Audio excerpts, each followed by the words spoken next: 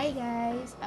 Good afternoon. Sunday ngayon kaya makakagawa ulit ako ng bagong video. Yay! So, since alam niyo naman na medyo ma-arte ako, so gusto kong i-share sa inyo yung isa sa mga favorite hobbies ko, which is calligraphy. I-share ko sa inyo guys is very quick lang, as in super quick at para ako nagmamandali. Dahil hindi naman ako marunong nitong mga ganito. Gusto ko lang i-share sa inyo yung mga natutunan ko sa panonood ko ng mga videos, tutorials, pagbabasa about calligraphy. So, dyan ako nagsimula, very basic. And then, nag-practice ako na nanonood. Kaya, hindi naman ako magaling, pero marunong.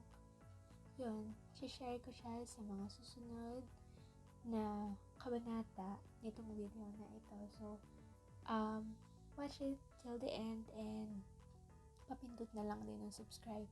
Thank you. Let's start in 3, 2, 1. Okay, so to start, we must know the very basic of calligraphy, which is the upstroke and the downstroke. So the first video is doing the upstroke. So light pressure only, as thin as hairline. The next is the downstroke, which is kailangan more pressure when gluing it. So habang pababa ang letters mo, dapat mas madaming pressure ang ilalagay mo. So dapat tandaan, upstrokes light pressure lang, and then downstroke more pressure. So that's the very basic of calligraphy. Next is the imaginary lines na dapat ninyong isa-puso at isa-isip when doing calligraphy. Which is, ito yon, the ascender, waistline, baseline, and descender. Para lang siyang blue, red, blue nung grade 1 tayo. So, imaginary line siya. So, here's the sample. I'm doing the along, which is tumama siya sa baseline, sa waistline, sa ascender, and descender.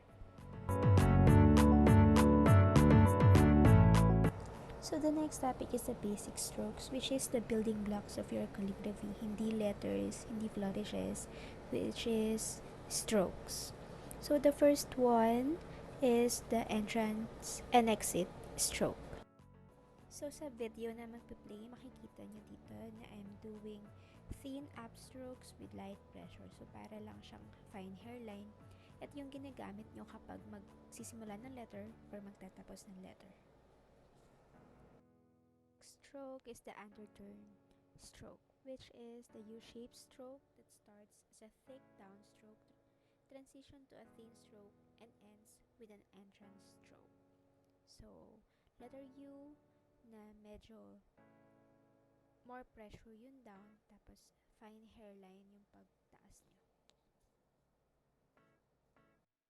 So, the next stroke is the overturn stroke, which is an upside down U-shaped stroke na nagsisimula sa thin upstroke from the baseline going to the waistline and curves back down, transitioning into a thick downstroke na nag-end sa full pressure.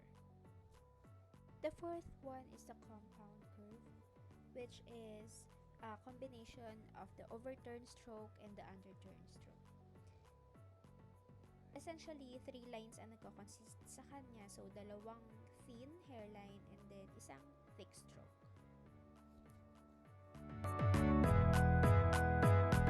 So, our last basic stroke is the oval. So, the name itself, it's an oval enclosed circular stroke na kinocompose niya yung marami sa mga alphabets natin. So, like A, B, D, P, and many more. So, sa paggawa nito, mag-i-start ka sa pagitan ng waistline and the baseline, paikot.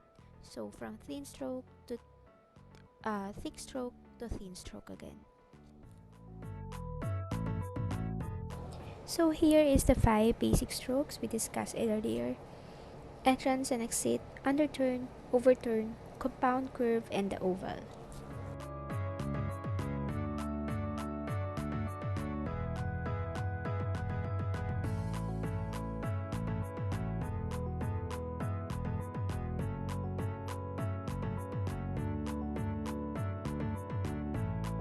thank you for watching, guys. So, sana meron kayong natutunan kahit super basic lang ng mga naituro ko. And also, I would like to apologize kung nauna ang digital bago ang traditional.